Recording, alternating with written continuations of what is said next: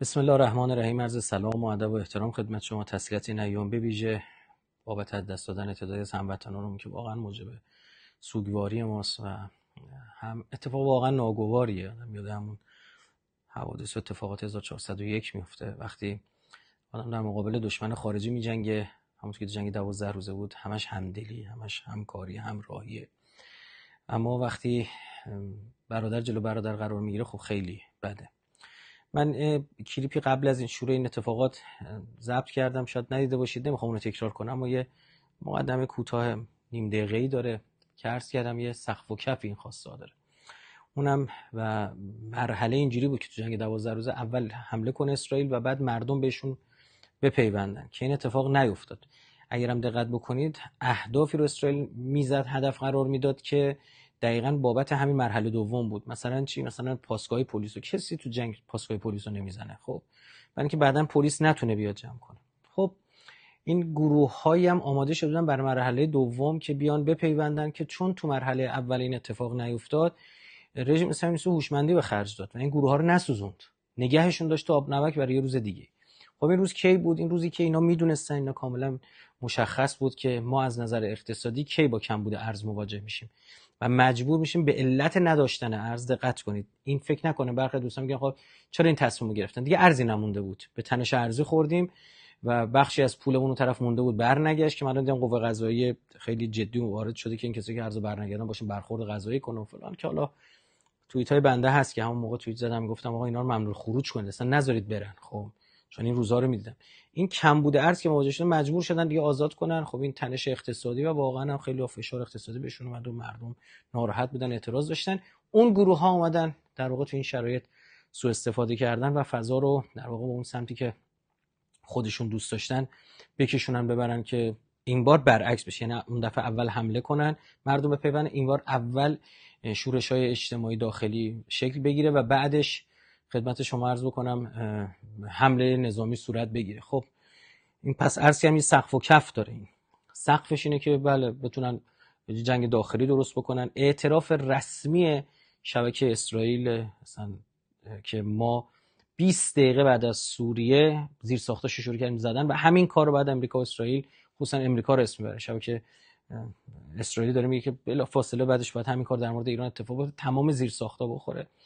مناطق غربی کشور درگیر شد که پایگاه موشکی ما اونجاست و بتونن تصرف زمینی کنن، چون اون ایراداتی که دفعه قبل تونستن اختلال به وجود بیارن تو لانچ کردن موشک‌ها رو ما برطرف کردیم و فهمیدیم چه اتفاقی افتاده. این دفعه باید اون شهرها سقوط می‌کرد. به وضوح شما می‌دیدید مناطق غربی کشور و جایی که پایگاه موشکی ما داریم، اون شهرها خب در واقع اعتراضات و آشوب‌ها خیلی در واقع بیشتر بود. دلیل اینکه ترامپ هم دو پهلو حرف میزنه برای همینه، به خاطر همین سقف و کفه. اگه دقت کنید از یه طرف میگه مگه جمهوری اسلامی ایران برخورد مسلحانه کنه، اگه برخورد کنه با معترضین ما وارد میشیم، دستمون رو مشست لاک کردیم، داریم نگاه میکنیم، داریم رصد میکنیم، پیگیری میکنیم. از اون طرف تو مصاحبهش صراحتا میاد میگه که خب تعداد زیادی زیر دست و پا، ظاهرا دست و پای خودشون له شدن و مثلا از بین رفتن یا همچین چیزی استفاده میکنه و الفاظ خیلی بدی، لفظی که فعل انگلیسیش معادل رم کردن، یعنی رم کردن گله‌وار، این عبارت رو داره از واقع ترامپ استفاده میکنه. چرا که اگر اون سقف حاصل شد، یعنی کشور اصلا پاشید، بیاد اون میوه آماده رو بچینه و خودش رو پیروز نشون بده، این از نظر یا خیلی آدم عقده‌ایه، این کیش شخصیت دارین، خودشیفته است، دوست داره بیاد فقط ربان افتتاح کنه، نمیدونی همش اعلام میکنه که مثلا چه میدونم منو کاندیدای صلح نوبل کنید. یا یه بار ترامپ از این یه تعریف پوتین از این یه تعریفی کرده، کشته خودشو، یعنی بارها و بارها تکرار میکنه که میگه پوتین در وسط من اینجوری گفت. یا یه فیلمی در اومد که یه جوونی حالا داره از سر واقعا هم ناگاهی اومد یه کوچه ها رو دیگه، کوچه ها رو داره اسم ترامپ رو برداشته برچسب میچسبونه روی کوچه، 2 مرتبه تا الان به این اشاره کرده که فیلمشو بردن بهش نشون دادن. خب این دوست داره پیروزی‌های آماده و به دست بره، خوشم در واقع هزینه نده. نتانیاهو دقیقاً داره دو پهلو حرف میزنه. ببین از اون طرف IDF صراحتاً میگه که ما تو مسائل داخل ایران نقشی نداریم. 2 دفتر نتانیاهو اعلام کرده که هیچ کس حق نداره بدون هماهنگی ما مصاحبه بکنه، چون این مصاحبه رو نگران یه وقت مثلا موجب چیز ما قرار نگیره، موجب استفاده ما قرار نگیره. یا از طریق پوتین پیام داده به ایران که آقا ما اصلا نمیدونم اینجوری است، وقت ایران حمله پیش دستانه نکنه نمیدونم چی. خب اینا وقتی کنار هم دیگه میگذاری میفهمی که اینا خودشون هم دنبال یه پلن آ و پلن بی ان، یعنی اینکه میگه اگر این جواب داد که این کارو میکنیم، اگه نشد این حالت. خب و با این حمایت‌های دوگانه خودشون میخوان اعتراضات رو صرفا زنده نگه دارن تا جایی هم که بشه موجب فرسایش ایران بشه، یعنی حتی المقدور ایران درگیر خودش باشه. امروز نیروهای اطلاعاتی ما، دستگاه اطلاعاتی ما، نیروهای امنیتی ما که امروز باید هم و غم میشون در مقابل دشمن خارجی و اینا باشه، باید درگیر داخلی باشن، تو کوچه خیابون باشن. خدمت شما عرض کنم تو دل همین قصه اینا خب اهدافی رو از پیش تعیین شده داشتن و ترورهای هدفمند هم صورت دادن این اسنا. خب من همین چند روز پیش بود مثلا یکی از دوستان تعریف میکرد که رفته بود به زهرا برای تحویل گرفتن پیکر یکی از اقوامشون، گفت مثلا یه خانمی رو اونجا دید که بلند شده بود و در واقع حالا خیلی هم افتخار میکرد به فرزندش که من پسرم توی جنگ 12 روزه پشت پدافند ایستاد جلو دشمن اسرائیل و امروز توی اینجا کف خیابون مثلا به شهادت رسید و چه. خب ببین نشون میده که خب این انگار این برخی از این افراد ظاهرا اینجوری که انگار هدفمند دارن ترور میشن، تو دل آشوب شلوغی گرد و غبار دیگه از آب گلالود ماهی میگیرن دیگه. یه چیز مشخصه. ترامپ همون کاری که در مورد ونزوئلا هم کرد همینه. ببین یک میوه آماده ای رو یعنی مزمحل کردن نظر اقتصادی، یهو یک عملیات دقیق انجام دادن مادرو رو بگیرن و حالا نفت اونجا رو مثلا تصاحب کنن. در مورد ایران میدونه قضیه اینجوری نیست. حداقلش اینه که امتیازات خوبی تو مذاکرات میتونه بگیره. به محض اینکه الان از دیگه تو این 3 شب گذشته کشور آروم بوده، دوباره باید اینو زندهش میکرد. اومد یه پیام داد که نمیدونم نترسید، من با اینا مذاکره نمیکنم، این مردم به اعتراضات خودتون ادامه بدید، برید دستگاه دولتی رو تصرف کنید. خب اینا یعنی چی؟ این اصلا مداخله صریح در یک کشوره که دوباره این نخوابه. یا اسامی چیزا رو یادداشت کنید، کسایی که دارن دفاع میکنن ما بعداً با اینا کار خواهیم داشت.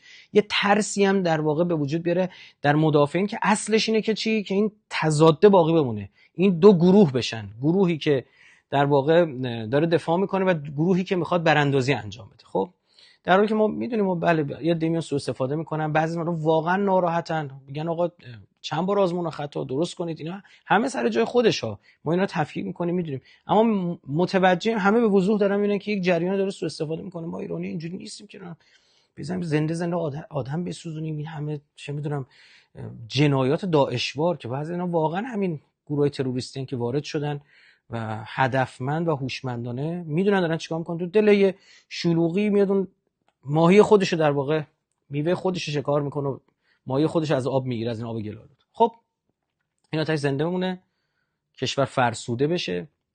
یا مثلا اینکه ترامپ گفتش که اگر بعداً هم بخوان اعدام کنن من فلان میکنم. یا مثلا اینکه اگر بعداً یعنی چی؟ یعنی یه جمهوری اسلامی هست میمونه دیگه. یا اینکه 25% تعرفه میبندن به هر کسی که بخواد با ایران تجارت کنه. خب عمده کسی که دارن تجارت میکنن چینه که تو چین قبلا تعرفه بستی، یعنی یا باز داره میخواد تعرفه دوباره ببندی بکنیش 50%. آخه چقدر این حرف احمقانه است. متوجه چه عرض میکنم؟ ببین اصلا معلومه چرته. یا اماراتی رو میخواد در واقع تحریم کنی که کاملا ذیل تو داره عمل میکنه و به مراتب صادراتش به ایران بیشتر صادراتش به آمریکاست. خب یه چیز واضحیه، یعنی یه چیز احمقانه. خب همزمان بدونید نقشه اصلی جای دیگه تو دل همین سقف و کفی که اینا دارن تعیین میکنن بازی میکنن باهاش، داره برای عراق و لبنان چیده میشه. الان تو عراق مدت هاست گروهای نزدیک به یعنی سرای سلام که نزدیک مثلا مال مقتدا صدرن، جریان صدر در حال درگیری، فکر اشتباه نکنم در اماره در حال درگیری با نیروهای قیس خزعله هستن. همین دیشب میدونی الان ایام شهادت امام کاظمه و خیلی از مردم پیاده روی میرن به سمت کاظمین اونجا. همین ایام دیشب درگیری شد و تیراندازی بود و با حضور این همه آدم در بغداد و کاظمین میدونی که محله از محله‌های بغداده. خب این یعنی چی؟ یعنی که تو عراق هم این آبستن آشوبه و اینا برنامه اصلیشون برای لبنان و عراقه. خب ایران رو عرض کردم اگر به سقف رسیدن کفه بها، نرسیدن حداقلش ایران درگیر خودش میمونه دیگه، فرصت این نداره که بیاد به کمک عراقی‌ها برسه. کما اینکه در عراق هم در انتخاب نخست وزیر ظاهرا اینجوری که داره اجماع صورت میگه در مورد نوری مالکی و ما از اختلافات نوری مالکی و جریان صدر کاملا در واقع آگاهیم. خیلی هم تعجب کردن که چطور نوری مالکی تونسته در واقع مورد اجماع شیعیان قرار بگیره. خب الان فضا چی؟ یک حمله گسترده رسانه‌ای اسرائیلیه. یعنی چی؟ اینکه مثلا الان میگن که اول گفتن 12000 تا کشته، 12000 تا رو آوردن رو 20000 تا. 20000 تا رو یعنی تثبیت بکنن. در وقت رو 20000 تا بحث می‌کنی 12000 تا تثبیت شد. الان یه چند ساعتی است من نگاه کردم میشن بیش از 20000 کشته. خب این برای چیه؟ اینا حرف من نیستش. میگم نیکولاس فوئنتس چی میگه؟ میگه که آقا این عددا چرته و اینا پروتکلای سیاه موساد دیگه. من پومپئو گفت. خب پومپئو آدم موساد دارن وسط میجنگن.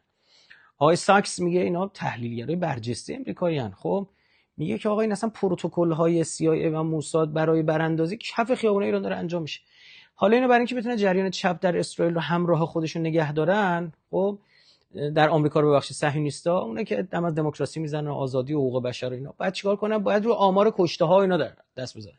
یعنی جمهوری خواه که ساید و طرف ترامپن که هیچ، برای اینکه اون طرف مقابل هم بتونن طرف نزدیک به بایدن و دموکرات ها رو بتونن راضی نگه دارن، بعد بگن آقا اینا قتل عام انجام دادن، حقوق بشر. من ممکن نیستم که تعداد از هموطنان رو از دست دادیم. خب سر جای خودش، اما این عددها واقعا چرت و پرتن. شما بهشون میگه بسم الله داری میگه 12 خب 5000 تا اسم بیار، مثلا 5000 نفر ببر دیگه.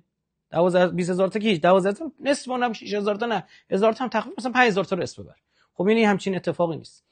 خلاصه این که از اون طرف هم دیدید مصاحبه رضا پهلوی که میگه رو رفتن کشته شدن دیگه. عملا نگاه به من چیکار کردم. ببین این درسته، پهلوی تا آخرین قطره خون میجنگه، اما تا آخرین قطره خون دیگران میجنگه، نه خودش. خب اینا چاره‌ای هم جز در واقع اینو انداختنش جلو از جریان سلطنت استفاده کنن. حتما گروه دیگه مثل مجاهدین خلق فعالن، یه سری افرادی که اصلا سن و سال اونها اصلا فعال شده بودن، یعنی پیرمرد پیرزنایی که سمپات داشتن داخل ایران بودن فعال شدن. خلاصه این که ببین برادرکشی و این اعداد یک کینه به وجود میاره. این کینه دیگه این کشور از همدلی خارج میکنه. یکی از چی بگم برکات جنگ 12 روزه این همدلی بود که در کشور ما شکل گرفته بود.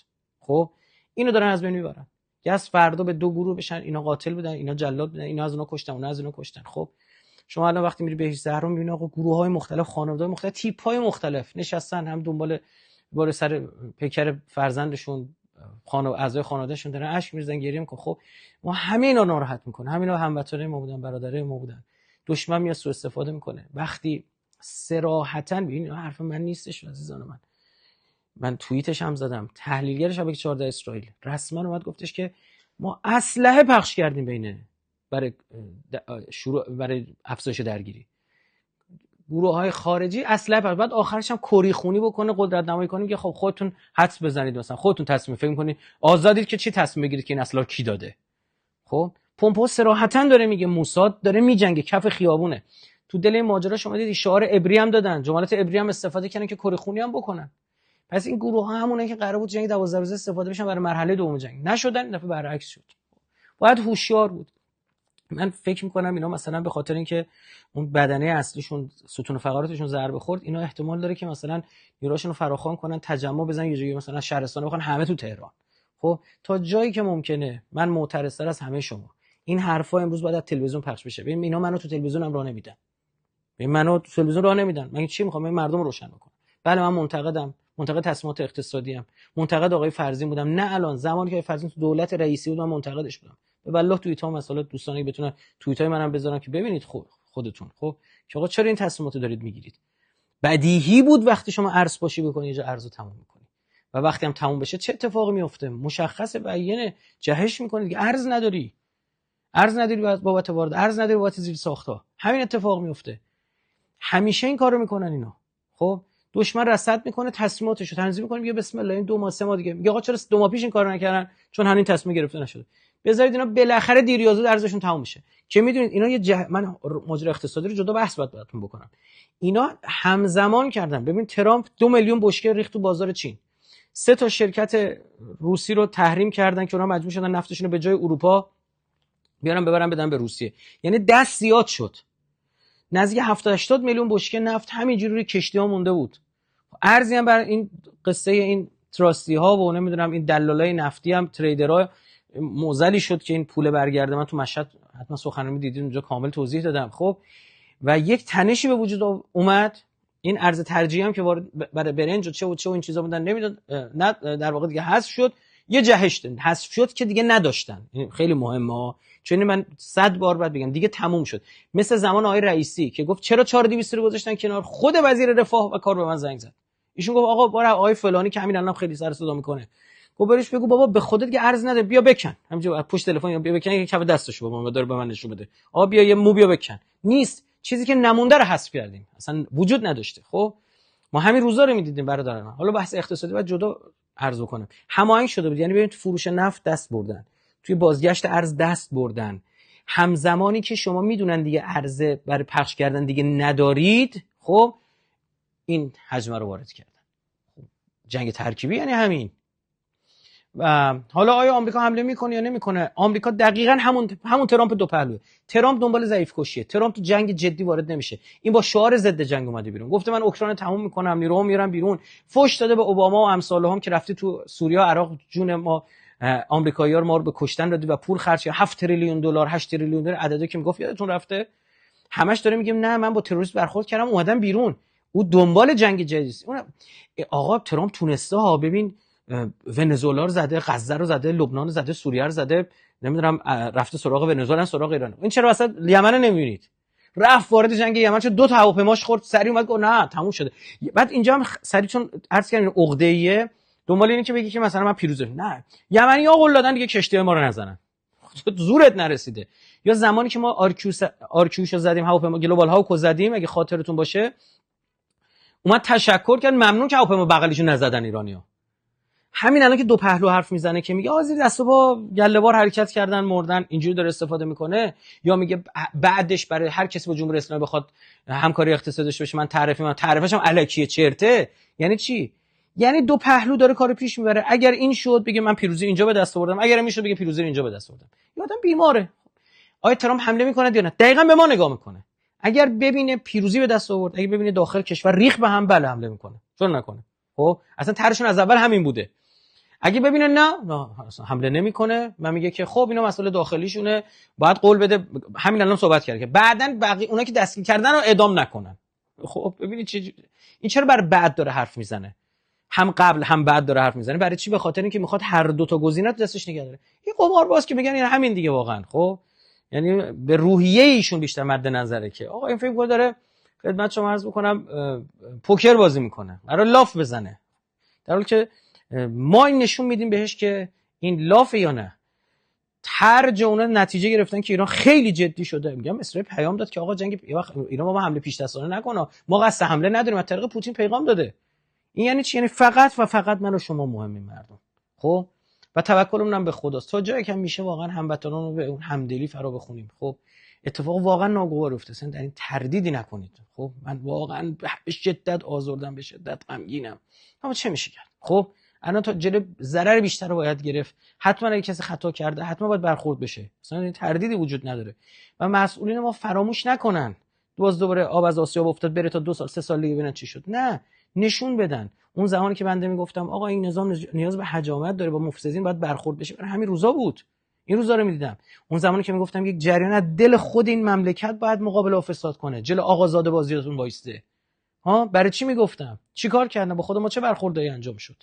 یادتون رفته؟ همین روزا رو میدیدم. وگرنه اون موقع امید مردم کشور نباید بره سمت دشمن، بگه ما خودمون اسلام کنیم. دشمنی که صراحتا میگه میخوام سوریه‌تون کنیم، که ما که نگفتیم، شبکه اسرائیلی داره اعلام میکنه. برای همتون آرزو توفیق، سلامتی و تندرستی دارم، با امید اینکه همه مشکلات پشت سر بذاریم به لطف خدا و یاری شما مردم. یا علی.